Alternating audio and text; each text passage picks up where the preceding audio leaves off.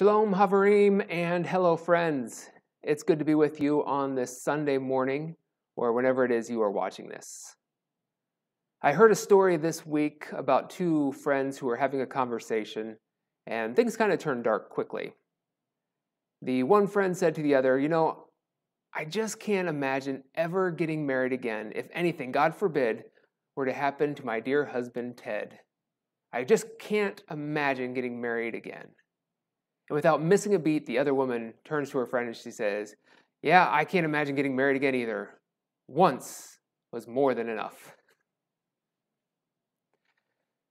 We have many different jokes out there about marriage and mothers and fathers-in-laws. And I know with all the ones out there, that's the one you chose.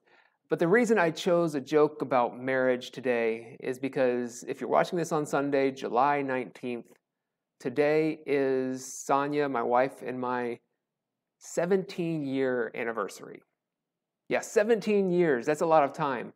I realize that in another year, our marriage will be old enough to vote. That's right. But I remember clearly our wedding day. I remember people coming through the greeting line and giving us little snippets of advice. We have some video recordings of these as well. And person after person saying things like, make sure you make God a part of your marriage. And that was something we very much wanted to do.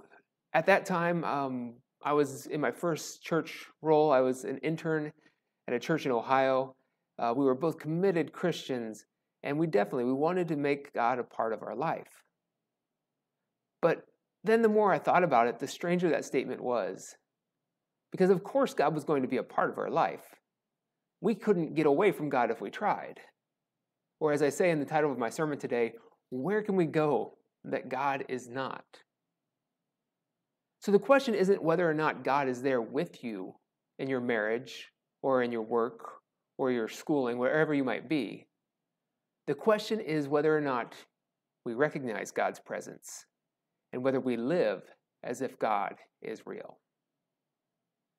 So I want to turn to our passage today from the lectionary. It comes from the book of Genesis, chapter 28. And it's verses 10 through 28. This is the story of Jacob running from his brother Esau. Now, if you know this story, if you don't know the story, this might be surprising. It's a strange situation. Jacob has tricked his father.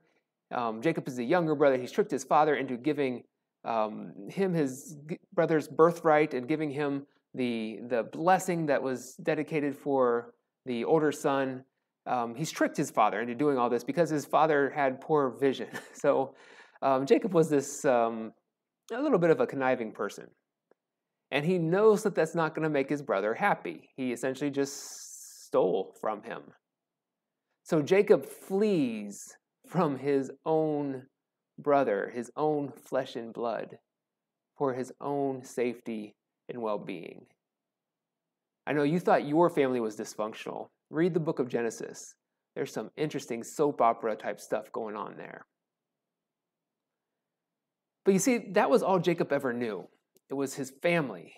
It was his land. It was his God. And remember that gods in that time, they didn't understand this universal God. Each tribe and each location had their own deity. So in this location, like say the city of Stanton, the people there would worship this God, or in Waynesboro, they would worship this God. These different locations had their own God. So in Jacob's mind, when he had to pick up and leave for his own safety, he was leaving behind family, he was leaving behind friends, he was leaving behind land, and he was leaving behind his God.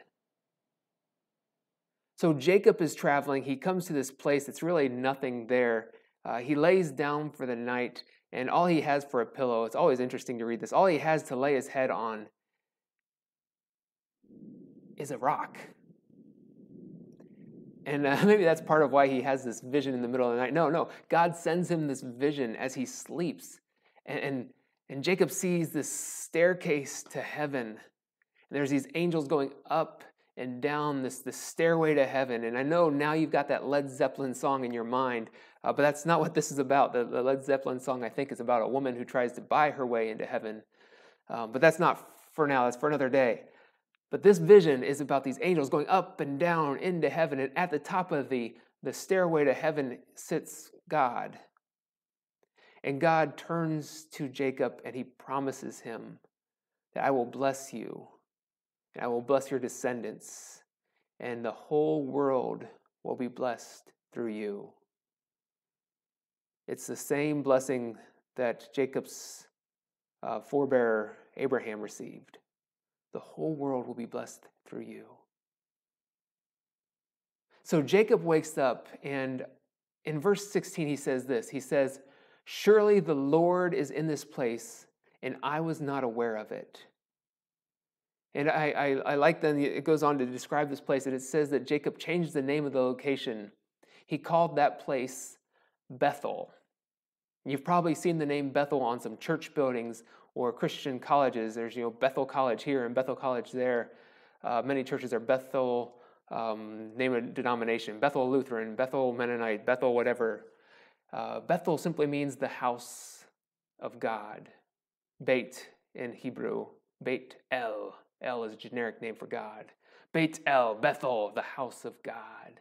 This is where God is. God is in this place, not just back in my own home country. No, God is here as well. Jacob has realized he didn't have to leave God behind when he left everything else behind. God is there with me. God is there with him. So all of this makes me wonder. It's also a line from Stairway to Heaven. Ooh, it makes me wonder. Sorry, I won't do that again. But there's this idea that there was all these gods and that each territory had its own. But Jacob realized that he didn't have to leave that behind. And this reminds me of Psalm 139. And Psalm 139 was written much later than the story of Jacob. And the psalmist writes this, and I'll paraphrase a little bit for you. The psalmist says, where can I go that you are not? Replying to God, where can I go that you are not? If I ascend to the highest mountain or dive to the lowest depths, you are there. If I rise in the early hours and cross the farthest sea, God, you are there. You are there guiding me. In nighttime or day, you are there. Then the psalmist says this famous line. He says, for you created my inmost being. You knit me together in my mother's womb. I praise you because I am fearfully and wonderfully made. So where can we go that God is not? And it turns out that God is not limited to one location. It shouldn't surprise us that the God who created the heavens and the earth isn't just in one town. Jacob comes from this small township called Beersheba. God is not limited to Beersheba. God is everywhere. And it's that fancy word that we sometimes use in the church. God is omnipresent. God is always present no matter where you are. So when someone came up to us at our marriage, at our wedding, and says to us to include God in our marriage, I could say to them, well, where can we go that God is not? And when we hear stories about missionaries that go overseas and they go into previously unreached locations, these people talk about bringing God to the people. And more often than not, you hear these stories about how God was already there. God was active. God was doing things among these people. All they needed was somebody to give them some direction, to point that out to them. Because just because God is there doesn't mean we always recognize God's presence. And just because we recognize God's presence doesn't mean we always follow God's leading. Those missionaries didn't bring God to the people. The people at our wedding didn't instruct us to bring God into our household. No, the best we can do is realize that God is always there. And what we can do and must do is choose to follow him and serve him. Whether in marriage or in mission, we recognize that God is always present. God is always with us. There is no place we can go, no mountain too high, no valley too low, no river too wide or ocean too deep that we can go to get away from God. And why would we want to? God is with us, guiding us always. May we be more aware of that each and every day. All right, friends, have a great week and be awesome to each other.